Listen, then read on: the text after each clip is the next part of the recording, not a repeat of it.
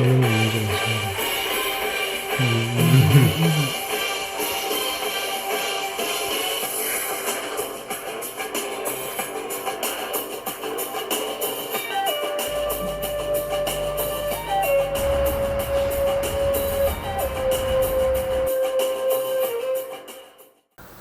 안녕하세요. 누수 임파서블입니다. 오늘은 아파트 옥상 방수에 대해서 좀 이야기를 해보려고 하는데, 아파트 옥상 방수는 보통 우레탄으로 많이 되어 있습니다, 시공이. 그런데 우레탄 방수를 하려면 이제 하도, 중도, 상도 뭐 이런 공정을 거치게 되고, 그 중에서도 중도 과정이 좀 많이 두껍습니다. 그런데 이게 시간이 좀 지나다 보면 갈라지고 터지고 이렇게 됐거든요. 그리고 이제 아파트 전체를, 옥상 전체를 공사할 수가 없으니까 일정 부분 이제 보수를 하는 과정에서 덧방을 하기도 하고 그렇습니다. 근데 어떤 부분을 좀 보강을 좀 해달라, 또는 보수 공사를 좀 해달라, 이렇게 이야기를 하시더라고요. 그래서 이제 우레탄으로 할 수도 있지만, 이번에는 이제 방수포하고 방수제를 이용을 해가지고 시공을 했는데, 그 소장님께서도 말씀을 하시는 게, 이게 매년 방수공사를 하는데 진짜 안 잡히더라. 건물이 또 노후화가 항상 이제 매년 되잖아요. 매년 되고 있고, 또 실제로 건물이 오래된 건물이기도 하고, 그러다 보니까 건물이 새로 크랙이 생기기도 하고, 그래서 그쪽으로 비가 없던 곳에서 누수가 생기기도 하고, 이래서 진짜 어려운 줄은 안다. 그렇지만 이제 좀 심혈을 기울여 가지고 좀 누수를 좀 잡아달라, 이렇게 얘기를 하시더라고요. 또 그렇다고 해서 안 잡히면은 또 다른 곳을 찾으면 되니까 너무 부담 갖지는 마라, 이렇게 또 이야기를 하셔가지고, 저도 열심히 한번 찾아보겠습니다, 이렇게 얘기를 했죠. 사실 일을 할 때 이제 창틀 코킹이나 빠대 잡는 거나 이런 건 쉬워요. 그냥 하면 돼요. 왜냐면은 눈에 보이니까. 눈에 보이는 거를 저거를 저렇게 작업을 해야 되겠다, 이렇게 하는 건 쉽죠. 근데 어려운 게, 이게 뭘 해야 되는지를 모르면 이게 난감하거든요. 비는 새지, 위에 가 보니까 직접적인 원인이라고 할 수 있을 만한 건 없지, 또는 너무 많지, 이렇게 되면은 이거 어디를 손을 대야 되는지를 모르거든요. 그래서 저도 일을 받았을 때 좀 부담이 됐는데, 그래도 이름처럼 누수만큼은 임파서블하게 만들어 드릴 거니까 너무 걱정하지는 마시고, 제가 열심히 해보겠다, 이렇게 해서 작업을 했는데, 우레탄으로 방수를 해놨는데 보면 이게 시간이 지나면 갈라진 곳이 있다고 말씀을 드렸잖아요. 근데 그 길을 이렇게 조금 파내다 보면 안에 물기가 있습니다. 물기가 있고, 그래서 그 상태로 공사를 할 수가 없으니까 파냅니다. 파내다 보면은 쭉 달아 일어나죠. 근데 전체가 다 일어나는 게 아니라 잘 드러나는 곳이 있습니다. 그 부분을 가지를 이제 한 바운더리를 해서 이제 드러내고, 거기를 방수제를 섞은 몰타를 가지고 이제 메웁니다. 단차를 메우는 거죠. 근데 이 과정이 적극적인 어떤 방수 역할을 하는 건 아닙니다. 단지 이런 단차를 메우는 거죠. 이게 우레탄 방수했는 그런 두께가 보면은 제법 두껍거든요.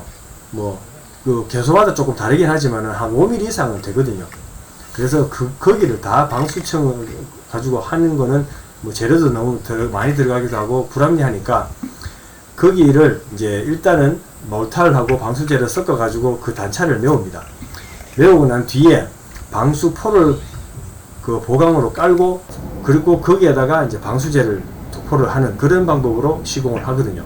근데 우레탄 시공하고 다른 점은, 우레탄은 하도, 중도, 상도가 물질이 다른데, 방수제는 이제 물 배합하는 그 농도만 다르고 재료는 똑같습니다. 도포 재료는 똑같습니다. 그리고 이제 아까 몰탈하고 방수제를 섞어갖고 도포를 한다고 했는데, 그렇게 도포를 하고 나서 한 3일 정도를 바짝 말립니다.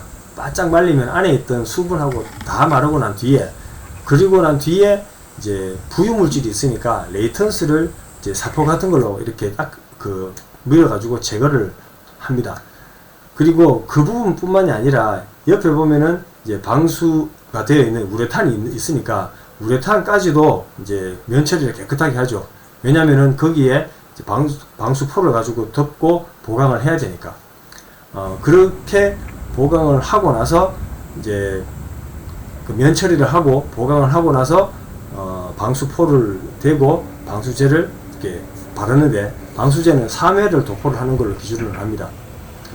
그리고 이제 방수뿐만이 아니라 어떤 일을 하든지 간에 저는 그거를 이제 작업을 했다라는 게 중요한 게 아니라 이게 어떻게 시공을 했느냐가 굉장히 중요한 것 같아요.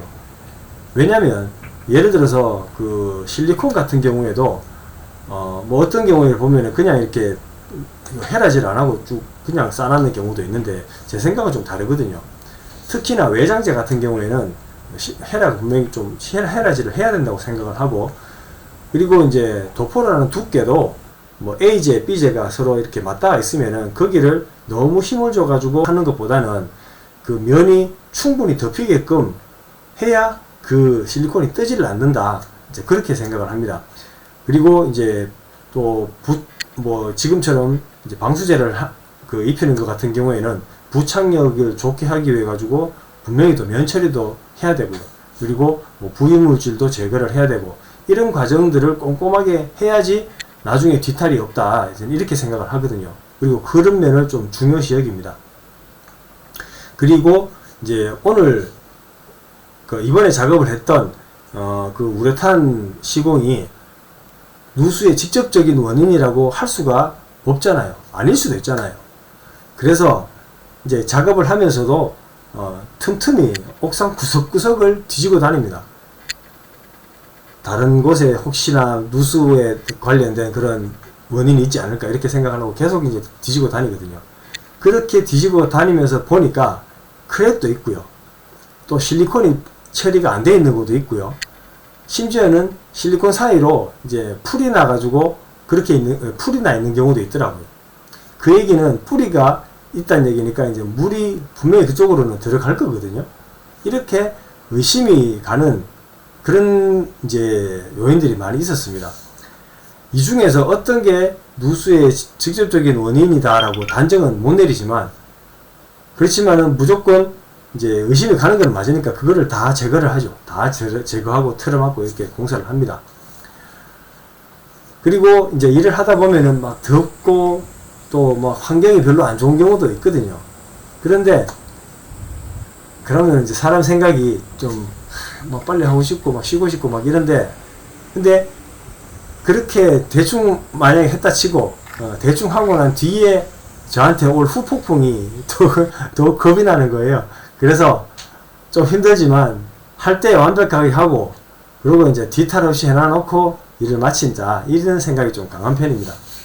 그리고 저한테 일을 주시는 분 중에 여러 곳 찾으시다가 의뢰를 하는 경우가 많이 있거든요.